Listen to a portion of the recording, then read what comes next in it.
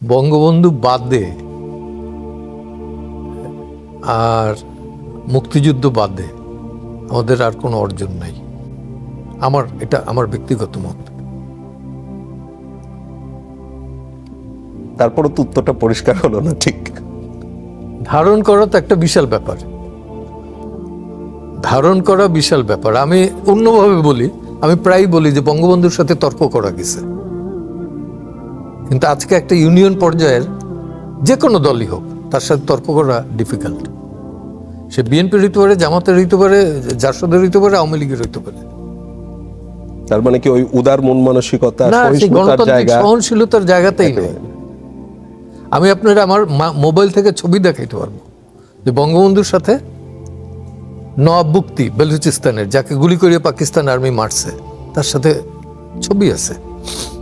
আমি দেখাইতে পারবো জিএম সাইদের সাথে জড়াজড়ি করে ছবি তুলছে, আছে আমার কাছে, রেখে দিছে এটা, যে একের পর এক। যে আমার একটু ইচ্ছা আছে যে লিখবো, কারণ পশ্চিম পাকিস্তানে বঙ্গবন্ধুর যে একটা প্রচণ্ড ছিল, শক্তিশালী ভূমিকা ছিল, সেটা নিয়ে কেউ লেখে নাই। শুরু করেছেন নাকি সেই কাজ? কিছু কিছু সুযোগ শুরু করছে। শেষ একটা ব্যাপার জানতে চাচ্ছি, আপনি যেটা বলছিলেন যে বাংলাদেশের দুটি বড় অর্জন, একটি বঙ্গবন্ধু আর একটি স্বাধীনতা যুদ্ধ। যে স্বাধীনতা যুদ্ধ এবং বঙ্গবন্ধু, যেই যুদ্ধের আপনি বীর মুক্তিযোদ্ধা, তো যুদ্ধের পরে সার্টিফিকেট নেননি কেন সে সময়? ও সার্টিফিকেট নেই না কেন?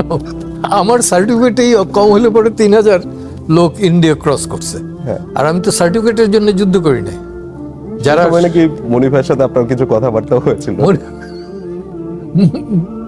মনিবের সাথে কথাবার্তা মানে কি, যে ওই ব্লাঙ্ক সার্টিফিকেট পাঠাই দিছে, মনিবই পাঠায় না, যেই পাঠাইছে, পাঠাওয়ার পর তো আমার মাথা গেছে গরম হয়ে, যে নিয়ে গেছে ও তো কোরিয়ারে বইলে লাভ নাই।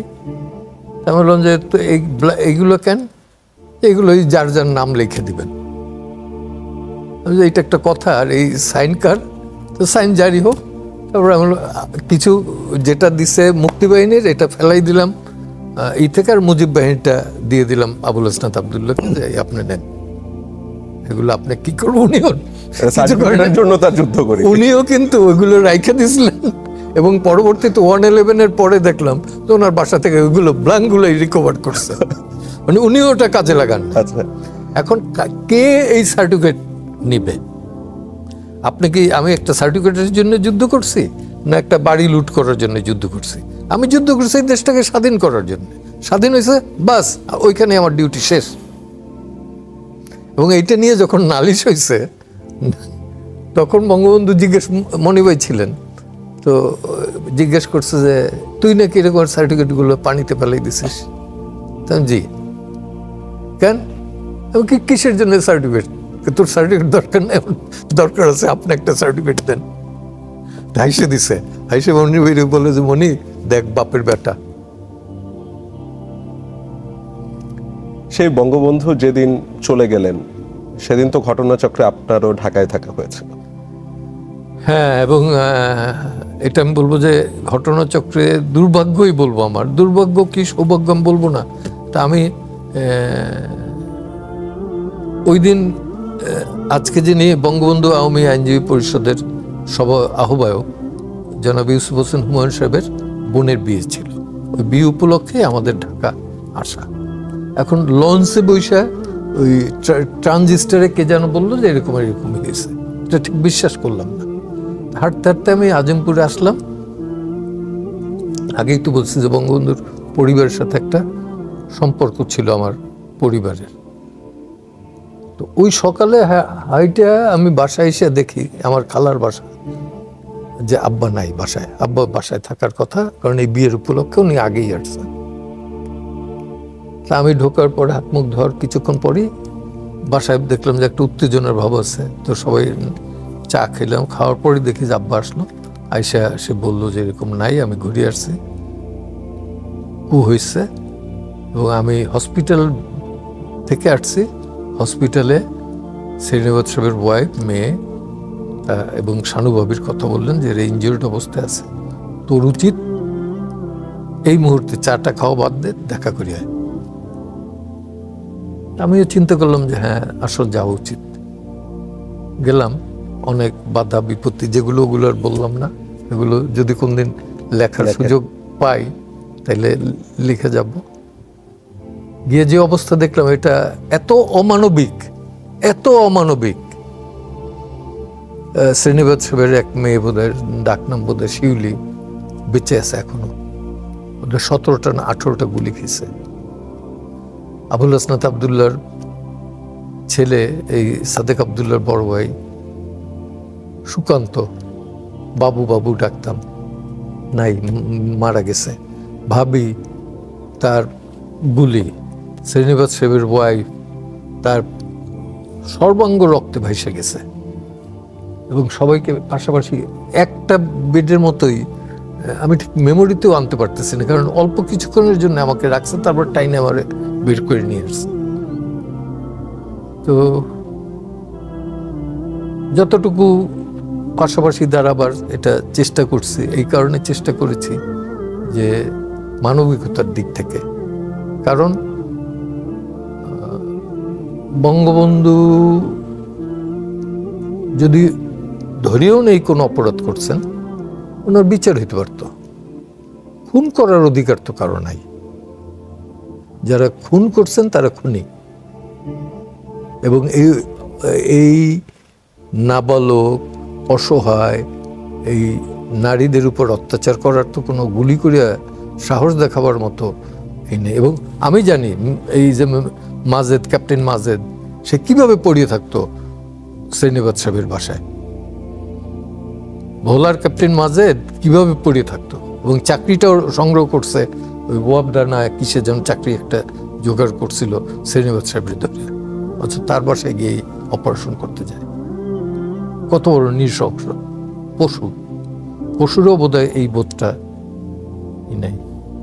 তো ওই ঘটনা, ওইখানে আমু ভাইয়ের আর এক কাজিন রিন্টু গান গাইতো, ওদের একটা সংগঠন ছিল, গানের সংগঠন। ললিত দাস ছিল যে গিটার বাজাইতো। এদের শ্রীনিবাস সাহেব ওই বলছে, তোরা যাবি কেন, থাক রাতে।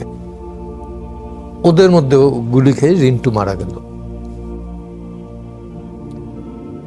তো মানুষের একটা থাকে, নীতিবোধ থাকে। 15ই আগস্টের ঘটনাটা এই নীতিবোধের চরম, মানে এটা আমি কি বলবো, যে আমার কাছে জুলিয়াস সিজারের ঘটনার থেকেও এটাকে নৃশংস মনে হয়। সপরিবার আপনি একটি খেয়াল করে দেখেন, তারা বঙ্গবন্ধুর বাসায় অ্যাটাক করছে, তারা মনিবের বাসায় অ্যাটাক করছে, এক জায়গায় না, কিন্তু তারা শ্রীনিবাস সাহেবের বাসায় অ্যাটাক করছে। হ্যাঁ, তো এই যে কতখানি দুরভিসন্ধি হইলে পরে, নিগুড় মাথার খুনি হইলে পরে এই ঘটনাগুলো ঘটাইতে পারে। নৃশংস যদি না হয়, শিশুকে মারা, একটা শিশু, বাবুর চেহারা এখন আমার ভাসে চোখে। অনেকে আমার বলে যে তুমি, আমার অপবাদ দেয় যে আমি অনেকটা জাসদ হইলেও আওয়ামীপন্থী, কিন্তু যেহেতু ঘটনাগুলো আমি দেখছি, আওয়ামী কি জাসদ আমি বুঝি না। আমি বুঝি এটা অমানবিক, অমানবিক, অকাল্পনিক একটা, মানে কল্পনা করলে আমার গা শিহরিয়ে ওঠে। একটা ব্যাপারে আপনার মতামত জানতে যাচ্ছিলাম। যেই দলের রাজনীতি আপনি করেছেন, যেই দলের রাজনীতিতে আপনি বিশ্বাস রেখেছেন, 71-এ মুক্তিযুদ্ধে গিয়েছেন, সেই দলের এখনকার রাজনৈতিক অবস্থানটা আপনার কাছে কেমন মনে হয়? এবং যেহেতু আপনাকে প্রশ্ন করছে এই কারণে, বঙ্গবন্ধুকে খুব কাছ থেকে দেখেছেন বলে, সেই দল কি বঙ্গবন্ধুর রাজনৈতিক আদর্শে বিশ্বাস করছে বলে আপনার মনে হয়? খুব ক্রিটিক্যাল কোশ্চেন করছেন। আসলে দল যদি বলেন, জাতি যদি বলেন, আমরা সবাই বঙ্গবন্ধুকে বিক্রি করছি। তাই গেলেন জানি না, আমি চলে গেলাম করাচি গেলাম, কারণ 68 আবার আমার রাস্টিকেশন হয়। এটা নিয়ে ভাই, মনি ভাই এরা চেষ্টা করলেন বিভিন্ন কলেজে ভর্তি করার, কোথাও হইতে পারলাম না, চলে গেলাম করাচি। এই করাচিতে গিয়ে আবার শুরু করলাম। আমারে এখনো খেয়াল আছে, যাবার সময় মনি ভাই বললেন যে খবরদার ওইখানে গিয়ে কিন্তু আর রাজনীতির নাম নিবি না, কিন্তু আপনি তো সেখানকে আমি ওইখানে গিয়ে সাধারণ সম্পাদক। হ্যাঁ, গিয়েই অবশ্য উনি পরবর্তীতে যখন গেছেন তখন আমারই ইনফর্ম করছেন। আমি হোটেল জ্যাবিজের রুম টুম এগুলো অ্যারেঞ্জ করে দিছি, ছিলেন বঙ্গবন্ধু যাবার আগে। এবং এই মিটিং টিটিং এটা অন্য কেউ কিন্তু জানতেন না, অনলি মনিবাই জানতেন যে বঙ্গবন্ধু কোথায় যাবেন। এটা আমার বলতো যে এইখানে যাবে, তুই যা, তুই কর। যেমন গাড়ি আনবো কার কাছ থেকে, কোন গাড়িটা সে যাবে, এটা তো বঙ্গবন্ধু জানতেন না। আচ্ছা। এবং একমাত্র বুলেট প্রুফ কার ছিল একজনের, প্রাইভেট। পাকিস্তানের প্রেসিডেন্টের থাকতেই পারে, গভর্নরের থাকতেই পারে, ওগুলো তো আর পাবো না। কিন্তু একজনের ছিল আমার জানা মতে, সে হলো একটা ইন্স্যুরেন্স কোম্পানির এমডি ব্যারিস্টার রোশন আলী ভীমজি, এবং হি ওয়াজ পার্সোনাল ফ্রেন্ড টু বঙ্গবন্ধু, এটা আমার জানা ছিল। তা আমি গিয়ে দেখা করলাম, দেখা করার পর সে গাড়ি দিয়ে দিল, এবং সেই গাড়িতে চড়েই কিন্তু বঙ্গবন্ধু এয়ারপোর্ট থেকে, কারণ আমরা খুব আতঙ্কে ছিলাম, আচ্ছা, নিয়ে আসলাম বিজ লাক্সারিতে হোটেলে। এবং কীরকমের সেই হোটেলটার নিচতলাটা কাইয়ুম খান আবার রিজার্ভ করে রাখছে। আমরা সারা বাঙালিদের ইউনাইট করলাম এই বলে যে দেখো আমাদের একটা নেতা, শতাব্দী প্রতিদিন নেতা জন্মায় না, শতাব্দীর পর শতাব্দী বয়সে একটা নেতা জন্মায়, আমাদের এই নেতা, তার যদি কিছু হয় তাহলে believe me, you can believe it, যে ওই হোটেল প্রাঙ্গণ যেটা সব শ্রমিকে বোঝাই ছিল, সবাই বাঙালি শ্রমিক, বাঙালি শ্রমিক। এবং অদ্ভুত বিষয় হলো ইন সার্ভিস সিপাই যারা ছিল, সিপাই, হ্যাঁ, তারা পাকিস্তান আর্মির, হ্যাঁ পাকিস্তান আর্মির, তারা এসে সেলুট মেরে মেরে মেরে মেরে। তা আমি দু একজনের চিনে বললাম যে চাকরি থাকবে, না থাকে না তো, পাকিস্তান তো রাখতে চাই না আমরা, লিডার হুকুম দিক, পাকিস্তান থাকবে না, এইভাবে বলতেছে। তো তারও কারিশমা। বঙ্গবন্ধু গিয়ে যখন বললাম যে, যেহেতু মনিভাই মামাও ডাকতেন, উনি মাঝে মধ্যে বলতেন যে তুই কিন্তু আমার মামা ডাকবি না, চাচা ডাকবি, মামাই ডাকি, আউম ভাই মামা ডাকতেন। তো বললাম যে মামা, কাইয়ুম খান তো নিচতলা, আপনার নিচতলা বুক করে রাখছে আগেই, এটা বুঝতে পারি না, তাহলে আমরা ওইটা বুক করে রাখতাম, তুই ঘাবড়াইতেছিস কেন? আমি ঘাবড়াই না, তো বুঝেন না, দেখ। তারপর এই তার সচরাচর পাঞ্জাবি পরিয়ে পাইপ টানতে টানতে নামছে, নিচে দেখলাম যে কাইয়ুম খান একদম জড়াই ধরলো তারে, হ্যাঁ মুজিব কেসা হ্যায় তুম, এত মানে কি বলবো, যে রসিক, মানুষকে বুঝতেন, জানতেন, এটা আমি বুঝাইতে পারবো না। উনি একদিকে পাইপ টানতেছেন, গলা ধরতেছেন, আরেকদিকে আমাদের ইশারা করতেছেন যে কি বুঝতেছিস তোরা। এরকম নেতা আপনি কোথায় পাবেন? আমির হোসেন আমুর সাথে আপনার সম্পর্কটা কি? ওরে বাবা, তার সম্পর্ক হইল আমার রাজনীতি, বলা যায় রাজনীতির সে, এতে কোনো সন্দেহ নাই। আরেকটা হইলো যে আমার দাদা যখন ইন্তেকাল করেন, উনি একটা 62 ইলেকশনের সময় উনি অপোজিশনের ছিলেন, কনভেনশন মুসলিম লীগের ক্যান্ডিডেটের এগেনস্টে উনি ক্যান্ডিডেট ছিলেন। তো উনি নৌকাডুবিতে মারা যান। মারা যাওয়ার পরে এই লাশ নিয়ে যারা আসেন তাদের ভেতরে সবই আম ভাই, বারেক ভাই, হিরু ভাই, এরা সবাই ছিল। এবং তারা এই দিদেন 62-র যারা ছাত্র নেতা, 62-তে যারা আন্দোলন করছেন, তারাই তার ডেড বডি নিয়ে ওই কবরস্থ করছেন, দাফন টাফন এগুলো করছেন। আর একটা, এবং ওই তখন আমার গলা ছিল মেয়েদের মতো ভাঙা, তো তার দেখে তাদের, আপনার তখন 16 বছরের মতন বয়স? না, আমার তখন 12-13 বছর বয়স, হাফ প্যান্ট পরতাম। উনি শিখিয়ে দিতেন, সেই অনুযায়ী মাইকে বক্তৃতা দিলে পরে লোকের জন্য যারা চেহারা দেখতে হইতো না, তারা মনে করতো কোনো মেয়ে মানুষ বক্তৃতা দিতেছে, উৎসুক হয়ে কাছে আসতো, দেখতো, এই আর কি, এইভাবে। এবং উনি হাতে ধরে ধরে ধরে ধরে শিখেছেন রাজনীতি। ওনার ঋণ আমি শোধ করতে পারবো না। 70-এ নাকি আপনার নির্বাচনও করবার কথা ছিল? না, ছিল না। না না না, এটা কে যেন কোথায় যেন বলছে, এটা আমার ছিল না, কারণ আমি এত পাগল ছিলাম না। পাগল ছিলেন না বলছেন কেন? পাগল মানে নির্বাচন মুখী, যে আমি নিজের বেলা আমি বুঝি যে আমার ওয়েট কতটুকু, আমি এটুকু বুঝি। নির্বাচন আওয়ামী ভাইয়েরই তখন লোকে বলছে যে সবচেয়ে এত অল্প বয়সে কেন নির্বাচন করতেছে। আওয়ামী ভাই যখন পার্লামেন্টে নির্বাচন করতেছেন 70-এ, তখনই লোকজন বলতেছে এত অল্প বয়সে কেন নির্বাচন করবে। তা আমি তো চাই। জনাব জেরাই খান পান্না, আপনার এই যে রাজনীতি যেটা ছাত্রলীগের হাত ধরে এগিয়েছে, তো সেই ছাত্রলীগেরই একটি অংশ সম্পর্কে বলা হতো যে তারা বেশ কিছুটা র্যাডিক্যাল ছিল, মানে স্বাধিকারের বহু আগের থেকেই তারা স্বাধিকারের স্বপ্ন দেখতেন। যখন আরেকটা অংশ একটু ধীরে চলো নীতিতে আগাতে চেয়েছিলেন, স্বায়ত্তশাসনের কথা বলতেন, তো যে র্যাডিক্যাল অংশটা তাদেরকে বলা হতো নিউক্লিয়াস। অনেকে বলেন যে ইট ওয়াজ আ কমপ্লিট মিথ। আপনার এ ব্যাপারে আমি একটু মন্তব্য জানতে চাচ্ছিলাম এবং আপনার সে সময়ের স্মৃতিটা জানতে চাচ্ছি। ছাত্রলীগের ভেতরে হ্যাঁ ঠিক বিভিন্ন ধারার থাকতে পারতো, বিভিন্ন মত না হলে পরে তো সেটা গণতান্ত্রিক কেন্দ্রিকতা হয় না। দুই ধারার দুই গ্রুপই কিন্তু স্বাধীনতা চায়, একটা স্বায়ত্তশাসনের মাধ্যমে, আর একটা হলো যে নো, স্বায়ত্তশাসন এটা দিবে না, আমরা আইসে।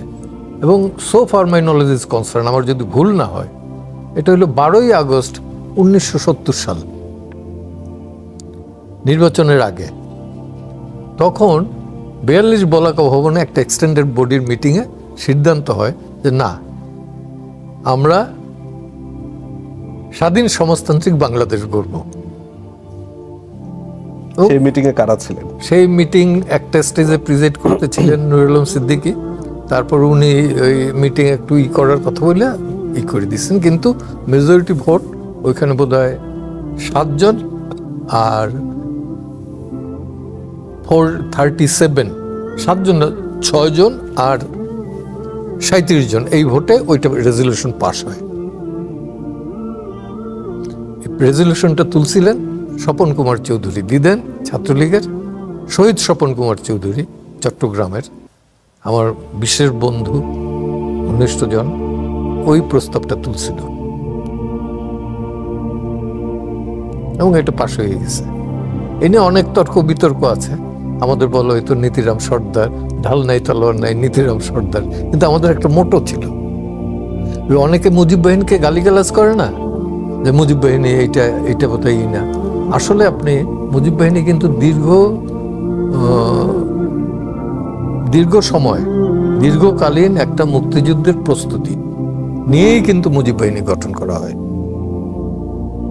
কোনো মুজিব বাহিনীর ট্রেন্ড লোককে যদি আপনি কোনো কিছু ছাড়া একটা ঘরে আছে, তাকে বলেন যে আপনি একটা তৈরি করো, মানে এক্সপ্লোসিভ তৈরি করো, সে কিছু না, টুথপেস্ট, সাবান, কিছু তেল দিয়ে সে এটা বানিয়ে ফেলতে পারবে।